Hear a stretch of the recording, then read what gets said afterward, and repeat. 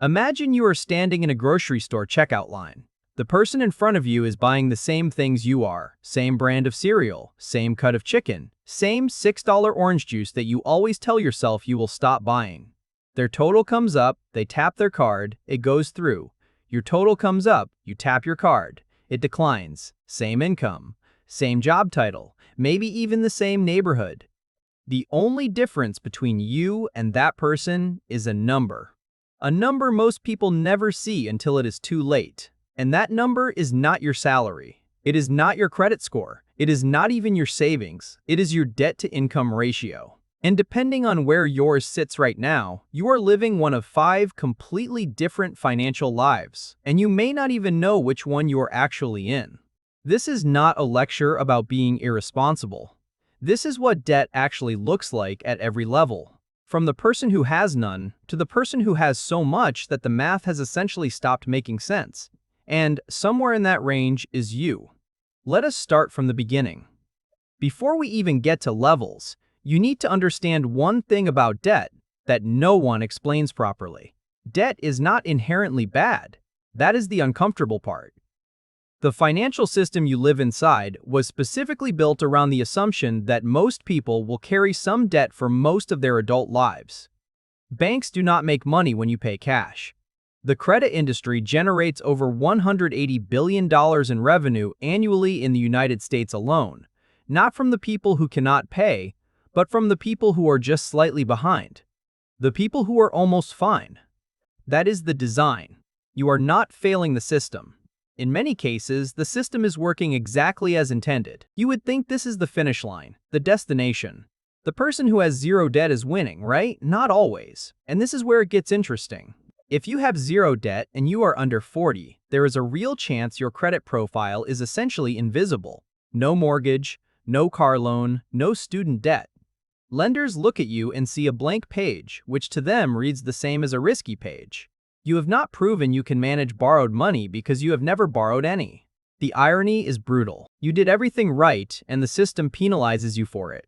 Quietly, invisibly, until the day you try to rent an apartment or qualify for a home loan, and someone tells you your score is too thin to approve. Zero debt is powerful, but it requires a different kind of strategy. You need to build credit deliberately. A secured card used for small purchases and paid off monthly. A credit builder loan through a credit union, something that tells the system you exist and you are reliable. The goal is not to go into debt. The goal is to leave a trail of responsible behavior that the system can read. If you are here, the trap is complacency. You feel fine, so you do nothing, and then you need credit urgently, and you have none. The first real level. Student loans or a small installment loan, under $30,000 of total debt. This is where most people in their 20s live. And this level feels manageable because you are making minimum payments. The number barely moves. Life goes on. Here is what is actually happening. On a $25,000 student loan at 6% interest with a 10-year repayment term, your monthly payment is roughly $277. Over 10 years, you will pay back $33,000, which means $8,000 of that is pure interest. Money you earned, handed to a lender for the privilege of having borrowed money that probably bought a degree that may or may not have affected your income at all. That $8,000 is not dramatic. It is not catastrophic, but it is gone. And more importantly, it is $8,000 that did not go into a retirement account at 24, which at a 7% annual return over 40 years would have become roughly $120,000. That is the hidden math of early debt. It is not what you owe. It is what you cannot build while you are paying it back. What do you do at this level? You do not panic. You also do not ignore it. If you have any extra cash flow, even $50 a month, you apply it directly to principal. You look at income-based repayment if your loans are federal and your income is low. You do not defer unless you absolutely have to, because deferred loans are silently growing while you pretend they are not there. The mistake most people make at this level is treating debt as background noise. It gets loud later. The middle level. Credit card debt, a car loan, maybe a personal loan layered on top of the student debt. Total debt somewhere between $30,000 and $100,000. This is where the math starts to turn against you. Credit cards are not loans. People treat them like loans, but they are not. A loan has a fixed end date. A credit card is an open-ended revolving trap with an average interest rate, as of this year, sitting around 22% annually in the United States. Here is what 22% actually means in your life. You have $6,000 on a credit card. You pay the minimum payment each month, which is roughly 2% of the balance, or $25, whichever is higher. At that rate, you will take approximately 22 years to pay off $6,000, and you will pay an additional $7,000 in interest. You will pay for a $6,000 debt twice. The credit card company is not hiding this. It is on your statement, but it is buried in a table at the bottom that nobody reads because the number feels abstract until it is very much not abstract. At this level, most people are also carrying a car loan. The average new car loan in America right now is around $40,000 at roughly 7 to 8% interest, which means the average American is paying somewhere between $500 and $600 a month just to drive to work so they can earn money to pay for the car they drove to work in. There is a specific term for this: financial drag. Your income is real, your expenses are real, but somewhere between them, a significant portion of your earnings is simply servicing the cost of having borrowed money in the past. You are working, partially, for a version of yourself that already spent the money. What do you do here? The avalanche method. List every debt by interest rate, highest to lowest. Attack the highest rate first with every extra dollar you have while paying minimums on everything else. This saves the most money mathematically. If you need psychological momentum, the snowball method, smallest balance first, works better for some people because the wins keep you going. Pick whichever one you will actually maintain. The best debt strategy is the one you will actually maintain. The serious level.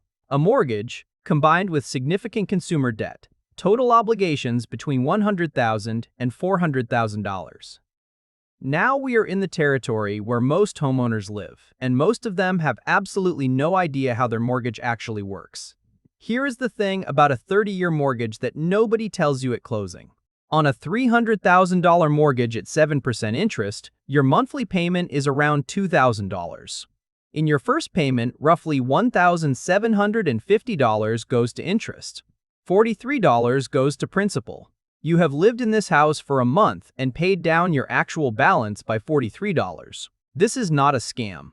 This is called front-loaded amortization, and it is completely legal and completely standard and almost universally misunderstood.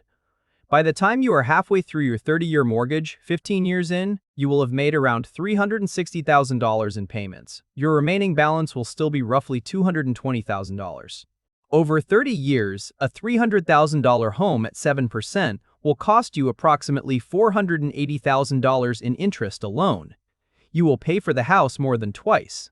And yet, home ownership still builds wealth for most people. Not primarily because of the mortgage math, because of forced savings and appreciation. Every payment, however slowly, increases your equity. The house, historically, goes up in value over time. You cannot spend it on impulse. That constraint, for many people, is the only savings mechanism that actually works. The danger at this level is not the mortgage. The mortgage is long-term and relatively low interest. The danger is layering consumer debt on top of it. Credit cards, personal loans, maybe a home equity line that felt like free money. Until your monthly debt obligations consume 50, 60, 70% of your take-home pay. When your debt service ratio exceeds 40% of your income, you are no longer building a life. You are servicing your past. What do you do here? You make one extra mortgage payment per year. That single change, on a 30-year loan, cuts your repayment time down to roughly 25 years and saves tens of thousands in interest. You stop treating your home equity as an ATM. You build a buffer, 3 to 6 months of expenses in cash, so that one job loss or medical bill does not send you into the next level, the level where the math stops working. This is above $400,000 in total debt for an average income earner, or any level of debt where monthly minimum payments exceed your monthly cash flow. This is the level people do not talk about, not on finance, YouTube, not at dinner parties, not even with their spouses sometimes. At this level, you are not behind. You are in a structural problem. The numbers do not resolve. You cannot earn your way out faster than the interest compounds. It is like trying to fill a bathtub with a cup while someone has removed the drain stopper. The effort is real, the progress is not. And the psychological weight of this, the anxiety, the avoidance, the sleep disruption, the way it reshapes every decision from whether to answer your phone to whether you go to the doctor, is something that compound. Interest charts do not capture. Bankruptcy is not failure. This is the uncomfortable truth that the financial system does not advertise. Chapter 7. Bankruptcy eliminates most unsecured debt. Chapter 13 restructures it. Both have serious consequences. 7 to 10 years on your credit report, difficulty renting, difficulty borrowing. But for someone who has no realistic path out otherwise, they are legal mechanisms that exist specifically for this situation. Debt settlement. Negotiating directly with creditors to pay a lump sum less than the full balance is also real, messy, and damaging to credit, but sometimes the most practical option. What you do not do is keep making minimum payments on a balance that will never meaningfully shrink, while declining therapy, declining medical care, declining rest, and calling it responsibility. Sometimes the responsible thing is to stop pretending the math works when it does not. Now zoom out for a moment. The average American household carries around $104,000 in debt. Consumer debt in the United States collectively just crossed $17 trillion. Personal debt levels in the UK, Canada, and Australia are proportionally similar. These are not outliers. These are not irresponsible people who simply could not control themselves. This is a system that expanded access to credit faster than it expanded access to income, and then watched the gap between the two quietly absorb the financial security of an entire generation. Real wages in the United States have barely moved in 40 years when adjusted for inflation. The cost of housing, education, and healthcare has tripled. The financial tools available to fill that gap were credit cards and loans. The debt is not random, it is structural, which means getting out of it requires understanding you are not just solving a personal math problem. You are navigating a system that was not designed around your long-term financial freedom. It was designed around your long-term, manageable, profitable debt. That does not mean you are helpless. It means the strategy has to be deliberate, intentional, slightly aggressive in ways that feel uncomfortable. Extra payments, avoided upgrades, refused lifestyle inflation, held lines on what you will and will not borrow for. And one more thing. The most dangerous level of debt is not the highest one. It is the level where you are just comfortable enough to stop paying attention, where the minimums clear every month and the accounts stay open and the balances barely move and nothing feels urgent enough to change. That is the level where most people spend most of their lives. And here is the question that should probably follow you out of this video.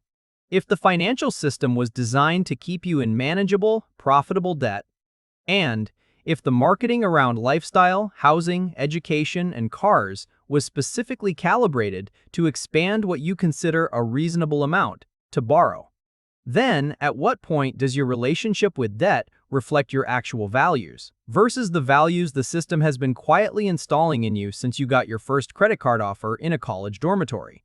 That is not a rhetorical question. It is actually worth sitting with. Because the math is fixable, the beliefs are harder. If this script hit something real for you, if it made you think about a number you have been avoiding, then you already know what to do next. Leave a comment with what level you are at right now, not for judgment, just to say it out loud, because that is usually where the work actually starts. If you found this valuable, share it with one person in your life who needs to hear it. Not someone you want to lecture, someone you actually care about. Subscribe if you want more of this. Finance explained the way it actually works, not the way they teach it in school. And if you hit the like button, the algorithm shows this to someone who might need it tonight. See you in the next one.